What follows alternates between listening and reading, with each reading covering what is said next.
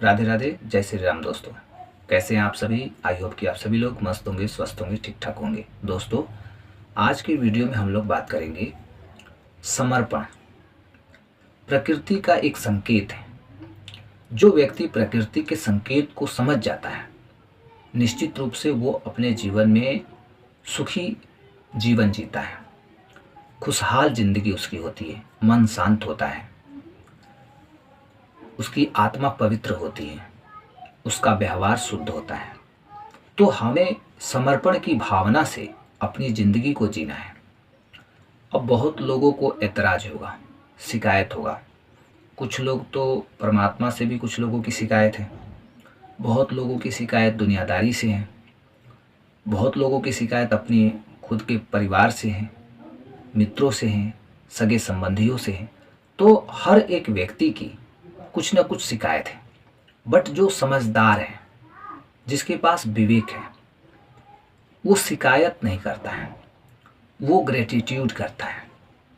इसलिए ग्रेटिट्यूड करता है कि प्रकृति ने आज हमें जीने के लिए, हमें क्या, ऑक्सीजन चाहिए, फ्री ऑफ कॉस्ट है। पानी चाहिए, फ्री ऑफ कॉस्ट है।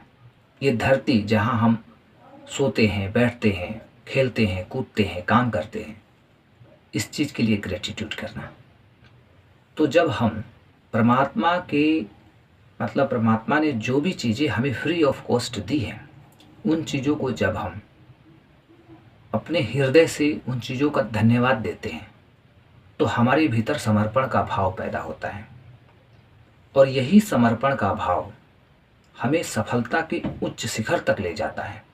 इसलिए दोस्तों मैं ये कहता हूँ कि आज हर एक व्यक्ति, दुनिया में हर एक व्यक्ति इस संसार में, दुनिया की चकाचौंध में, मोह माया में, लोभ में, कुल मिला के इस भीड़ में वो खो गया है।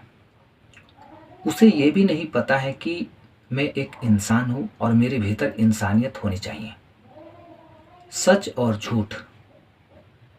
आज मैं अपना एक अनुभव बताता हूँ। मैंने बहुत सारे लोगों को देखा है जहाँ झूठ है, जहाँ झूठ का ही बोलबाला है, सारी बातें झूठी हैं, प्लानिंग झूठी है, झूठ का एक प्रोपेगेंडा चलाया जा रहा है। वहाँ पे लोग ज़्यादा अट्रैक्ट होते हैं।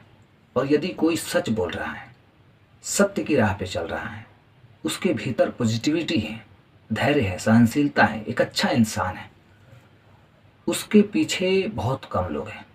उसको मानने वाले, सुनने वाले, समझने वाले, उससे बात करने वाले, उससे रिश्ता रखने वाले बहुत कम लोग हैं। ये बहुत बड़ी विडंबना की बात है, दुख की बात है दोस्तों। भगवान श्री कृष्ण ने कुरुक्षेत्र के मैदान में, जब श्री कृष्ण भगवान जब अर्जुन को उपदेश देते हैं, गीता जी का उपदेश देते हैं, तो वो कहते हैं कि इस संसार में कौन है तेरा? इस संसार में तेरा कोई नहीं है। कोई नहीं है जिसे तू अपना मानता है, वो है ही नहीं तुम्हारा अपना। तो दोस्तों उस लेसन से हमें, उस उपदेश से हमें ये फील करना चाहिए, समझना चाहिए कि भगवान ने जो उपदेश दिया है, कहीं ना कहीं वो हर एक व्यक्ति के जीवन को प्रभावित करता है। वो उपदेश यूं ही नहीं दिया गया है। सही बात है, इस संसार में हमारा है कौन? आज मान लीजिए कि हमारे पास बहुत बड़ी गाड़ी है, तो क्या वो गाड़ी मरने के बाद हम ले जाएंगे? नहीं। आज हमारे पास बहुत पैसा है, क्या मरने के बाद हम उसे ले जाएंगे? 1 रुपया भी नहीं जाएगा। तो जब हमारे जिंदगी में जो भी चीज़ें आज हैं, उसमें से हम एक चीज़ भी अपने साथ नहीं ले जा सकते हैं, तो फिर उन चीज़ों की क्या उपयोगिता है? वो तो व्यर्थ ही है। लेकिन मनुष्य जिद्दी है, हठी है, बात समझना नहीं चाहता है। क्यों? क्योंकि जैसी दुनिया है, हर एक मनुष्य इस दुनिया की भीड़ में खुद को गुम कर लिए हैं, खो गए हैं। लोग पता ही नहीं है कि उनकी पहचान क्या है, उनकी पर्सनालिटी क्या है, उनके विचार क्या है। इंसान इंसान को आज समझता नहीं है। हम मोह माया के जाल से घिर चुके हैं। मोह माया में पड़ चुके हैं। पूरा संसार हमें, मतलब ऐसा लगता है कि इस संसार से हमें बहुत खुशियाँ मिलने जा रही हैं, हैप्पीनेस। इस संसार से मेरी आत्मा तृप्त होने जा रही है, मन की शांति मिलने जा रही है, मन शांत हो जाएगा। लेकिन ये सरासर गलत है। मन तब शांत होगा दोस्तों जब हमारे कर्म अच्छे होंगे, हमारे व्यवहार अच्छे होंगे, हमारी भावनाएं अच्छी होंगी किसी भी प्राणी के प्रति। हम सत्य की राह पे चलते हैं, हमें सत्य का साथ देना है, सत्य को सपोर्ट करना है। जहाँ कुछ सही लोग हैं उनको बढ़ावा देना है, और जहाँ गलत लोग हैं उनका विरोध करना है।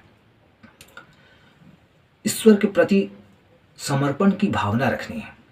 आज ये शरीर जो हमें मिला है ये किसकी देन है? परमात्मा की देन है। हमारा अस्तित्व है, हम आज जी रहे हैं, सांस ले रहे हैं, सब ईश्वर की कृपा से। इस बात के लिए उन्हें धन्यवाद देना है। जो हमारे अपने हैं उनके साथ हमारे व्यवहार अच्छे होने चाहिए, मधुर होने चाहिए, शुद्ध होने चाहिए। अदरवाइज जब हम अपने ही घर में लड़ाई झगड़ा करेंगे अपने ही परिवार के लोगों के साथ, तो सोच के देखिए कि उस परिवार में झगड़ा है, क्लेश है, तो उस परिवार में आप सुख शांति का अनुभव कैसे करेंगे? और ये कब होता है?